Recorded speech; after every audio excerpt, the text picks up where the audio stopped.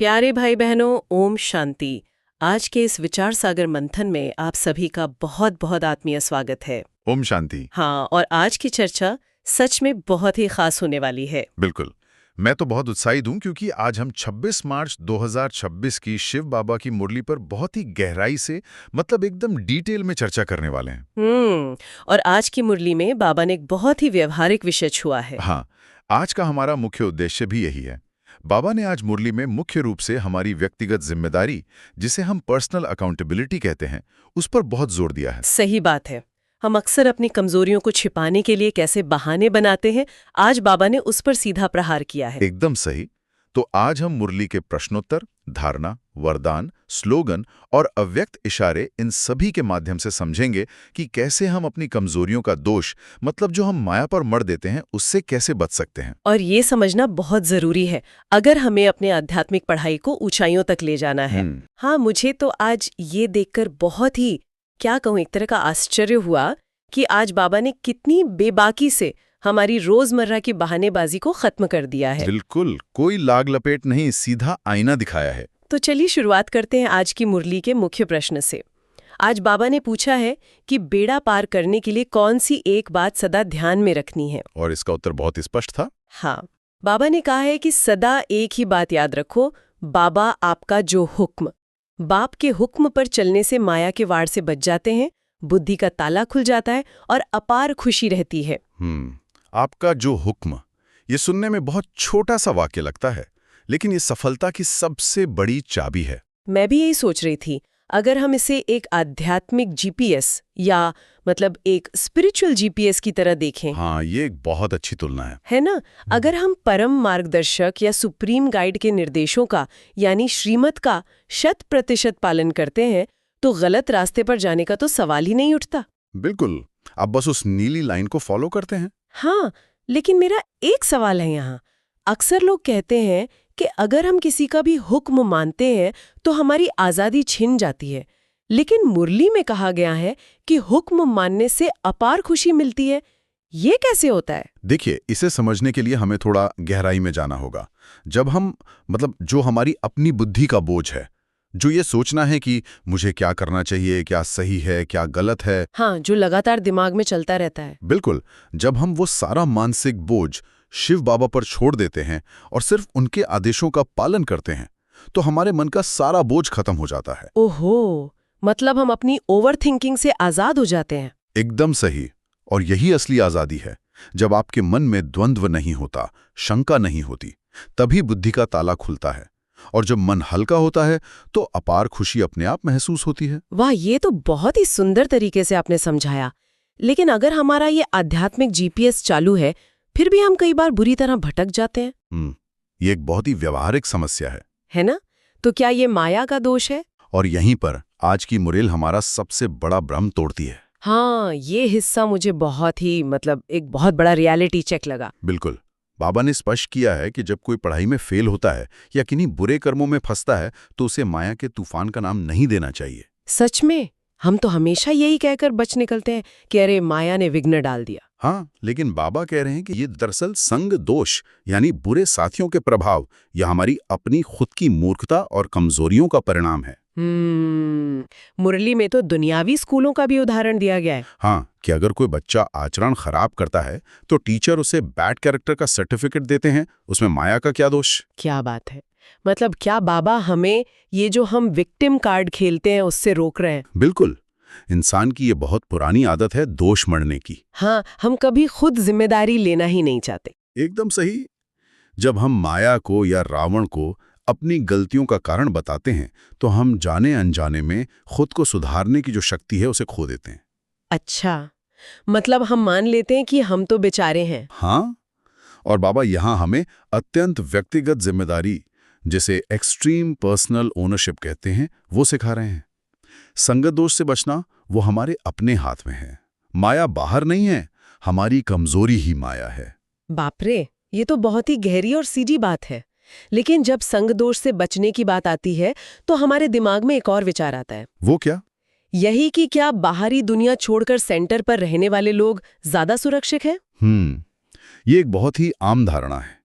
लोगों को लगता है कि स्थान बदलने से स्थिति बदल जाती है। हाँ, लेकिन मुरली में आज एक बहुत ही चौंकाने वाला तथ्य रखा गया है। बिल्कुल। बाबा ने कहा है कि जो गृहस्थ व्यवहार में रहते हैं, यानी जो अपनी फैमिली लाइफ में हैं, वो भी पढ़ाई और दूसरों को पढ़ाने में बहुत तीखे, मतलब बहुत शार्प हो सकते हैं। ये बहुत ही सशक्त विचार है। हाँ, और इसके उलट कई बार सेंटर पे रहने वाले अगर ठीक से नहीं पढ़ते और संगदोष में आ जाते हैं तो वे फेल हो जाते हैं। सच में ये इस भ्रम को पूरी तरह तोड़ता है कि ऊंचा पद पाने के लिए सब कुछ छोड़ना ही पड़ता है। सारा मदार सिर्फ पुरुषार्थ पर है। बिल्कुल, और पुरुषार्थ कभी छिप नहीं सकता। लेकिन मैं सोच रही थी, क्या ऐसा हो सकता है कि सेंटर पे रहने वालों में अज्ञानतावश कोई सूक्ष्म देह अभिमान आ जाता हो? हाँ, ये बहुत संभव है। होता क्या है कि जब कोई सिर्फ बाहरी सेवा करता है और ज्ञान का गहराई से मनन चिंतन नहीं करता, तो एक तरह का अहंकार आ सकता है कि मैं तो समर्पित हूँ, मैं तो श्रेष्ठ हूँ। बिल्कुल। विश्व की बादशाही पढ़ाई से मिलती है, सिर्फ किसी एक विशेष स्थान पर रहने से नहीं। हाँ, तो गृहस्थी में रहने वालों को क्या फायदा होता है? जो गृहस्थी में रहते हैं, अगर उनकी लगन सच्ची है, तो बाहरी दुनिया की चुनौतियों के बीच रहते हुए वे अपनी स्थिति को लेकर ज्यादा सतर्क रहते हैं। अच्छा, मतलब वे जानते हैं कि चारों तरफ खतरा है, तो वे अपना बचाव ज्यादा अच्छे से करते हैं। एकदम सही। इसलिए उनके जीवन में माया के तूफान कम आ सकते हैं, बशर्ते उनकी पढ़ाई पक्की हो। ये तो बहुत ही तार्किक बात है। अब अगर हमें इस ज्ञान को अपने जीवन में उतारना है, तो हमें धारणा पर आना होगा। हाँ, मुरली की धारणा के मुख्य बिंदु हमेशा हमें रास्ता दिखाते हैं। आज की धारणा में दो मुख्य बातें हैं। पहली, बाप, टीचर और सद्गुरु की शिक्षाओं पर चलना है, और जैसा कि हमने अभी चर्चा की, माया को दोष न देकर अपनी कमजोरियों की जांच करनी है और उन्हें निकालना है। और दूसरी बात जो बाबा ने कही है, वो बहुत ही सूक्ष्म है। हाँ, दूसरी बात है कि अहंकार का त्याग कर पढ़ाई में मस्त रहना है, और इसमें बहुत ही खास लाइन है, दूसरों से सेवा लेना भी दे अहंकार है, इसलिए इससे बचना है। ये लाइन बहुत कुछ सोचने पर मजबूर करती है। सच में, मैं तो इसी बिंदु पर अटक गई थी। ये कितना सूक्ष्म है, हम अक्सर ध्यान ही नहीं देते कि हम कब दूसरों पर अधिकार जताने लगते हैं। हाँ, मेरे लिए ये कर दो, वो ला दो। दूसरों से अपनी सेवा करवाना हमारे अंदर कितना सूक्ष्म अहंकार पैदा कर देता है, ये तो हम महसूस ही नहीं करते। इसे हम पिछले सेगमेंट के देह अभिमान से जोड़कर देख सकते हैं। कैसे, थोड़ा समझाइए ना। देखिए, ज्ञान मार्ग में सबसे बड़ा रोड़ा ये सूक्ष्म अहंकारी है। जब हम खुद को सेवक यानी सेवाधारी के बजाय अधिकारी या बॉस समझने लगते हैं, तो हमारा आध्यात्मिक पतन शुरू हो जाता है। अच्छा, मतलब हम निमित्त भाव भूल जाते हैं। बिल्कुल। बाबा हमें निरंतर विनम्र बने रहने का इशारा कर रहे हैं। हमें हमेशा एक विद्यार्थी, एक लर्नर बन के रहना है। अपना काम खुद करना कोई छोटी बात नहीं है। ये अहंकार को मारने का एक बहुत बड़ा अभ्यास है। वाह, ये तो सच में मतलब एक बहुत ही प्रैक्टिकल टिप है। अच्छा, जब हम ये अहंकार छोड़ देते हैं और सच्ची धारणा करते हैं, तो हमारी मानसिक स्थिति कैसी हो जाती है? इसका जवाब आज के वरदान और स्लोगन की गहराई में छिपा है। हाँ, वरदान। आज का वरदान तो मुझे बहुत ही आकर्षित कर रहा है। बाबा ने कहा है, संकल्प के इशारों से सारी कारोबार चलाने वाले सदा लाइट के ताजधारी भवा। लाइट के ताजधारी, ये बहुत ही ऊंची अवस्था है। बिल्कुल। इसमें आगे कहा गया है कि जिनका कोई संकल्प व्यर्थ नहीं जाता, जो होने वाला है वही संकल्प उठता है। हाँ। और इसके लिए साइलेंस की शक्ति जमा करनी है। मुझे तो ये लाइट के ताजधारी की उपमा, मतलब क्राउन ऑफ लाइट, बहुत ही अद्भुत लगी। बिना बोले सिर्फ संकल्पों की शक्ति से कार्य हो जाना, ये तो विज्ञान की किसी टेलीपैथी से भी ऊंची बात लग रही है। हाँ, ये कोई जादू नहीं है, ये एकाग्रता और साइलेंस की शक्ति है। और पता है ये हमारे पहले भाग से कैसे जुड़ा है? वो प्रश्नोत्तर वाले भाग से। हाँ, याद है हमने बात की थी कि जब हम जो हुक्म मानकर बुद्धि का ताला खोलते हैं। ओहो हाँ, तो हमारा मानसिक बोझ खत्म हो जाता है। बिल्कुल। और जब बोझ खत्म होता है तो हमारी ऊर्जा व्यर्थ के विचारों में खर्च नहीं होती। मतलब कोई नेगेटिव थिंकिंग या ओवर थिंकिंग नहीं होती। एकदम सही। तब हमारी साइलेंस की शक्ति इतनी बढ़ जाती है कि हमारे शुद्ध संकल्प ही सीधे कर्म में बदल जाते हैं। आपको बार बार बोलने, मेहनत करने की जरूरत ही नहीं पड़ती। ये तो बहुत ही आजाद करने वाली अवस्था है।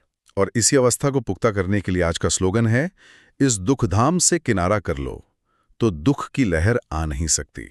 अच्छा, तो यहाँ दुखधाम से किनारा करने का मतलब भौतिक रूप से कहीं जंगलों में भागना तो नहीं है? बिल्कुल नहीं। इसका मतलब मानसिक रूप से अपनी अवस्था को, अपनी फ्रीक्वेंसी को इतना ऊंचा कर लेना है जहां लौकिक दुख, अपमान या परेशानियां पहुंच ही ना सकें। आप दुनिया में रहते हुए भी उससे न्यारे रहते हैं। वाह, लाइट के ताजधारी स्वरूप में स्थित रहना, यही सबसे बड़ी सुरक्षा है। हाँ, लेकिन हम इंसान हैं ना। हाँ, वो तो है। इतनी ऊंची अवस्था प्राप्त करने के मार्ग में कभी-कभी हम थक भी सकते हैं। बिल्कुल। और अगर कभी कोई कमजोरी आ जाए तो फिर क्या करें? क्या खुद को कोसते रहें? नहीं, और यहीं पर आज का अव्यक्त इशारा हमारे लिए एक बहुत ही सुंदर समाधान लेकर आता है। हाँ, आज का अव्यक्त इशारा बहुत ही प्यारा और व्यवहारिक है। इसमें बाबा ने कार की बैटरी का उदाहरण दिया है। बहुत ही सटीक एनालॉजी है। बाबा ने कहा है कि जैसे कार की बैटरी थोड़ी ढीली हो जाती है तो दूसरों से धक्का लगवाना पड़ता है। बिल्कुल, जब बैटरी डाउन हो जाए। हाँ, तो उसी तरह अगर किसी भी कारण से कोई आध्यात्मिक कमजोरी आए तो जिस आत्मा पर आपका निश्चय हो, जिस पर भरोसा हो, उससे थोड़ा सा सहयोग लेकर आगे बढ़ जाना चाहिए। अपनी कमजोरी के बारे में ज्यादा नहीं सोचना है, बस निश्चय के फाउंडेशन को मजबूत रखना है। ये हिस्सा मुझे बहुत ही करुणामयी लगा। मुझे भी। मुझे तो ये कार की बैटरी वाला उदाहरण बहुत ही कमाल का लगा, क्योंकि अक्सर हमें लगता है कि आध्यात्मिक मार्ग पर हेल्प मांगना या सहयोग लेना कोई शर्म की बात है। हाँ, ये भी एक तरह का ईगो ही है कि मैं किसी से मदद क्यों मांगू। बिल्कुल, लेकिन जंप स्टार्ट लेने का मतलब ये तो नहीं ना कि आपकी कार का इंजन खराब है। एकदम सही कहा आपने। इंजन बिल्कुल ठीक है, बस शुरुआत के लिए एक छोटी सी चिंगारी की जरूरत है। हाँ, बस थोड़ा सा धक्का चाहिए। और अगर आप पूरे एपिसोड के विषयों को देखें तो बाबा ने कितना सुंदर संतुलन बिठाया है। वो कैसे?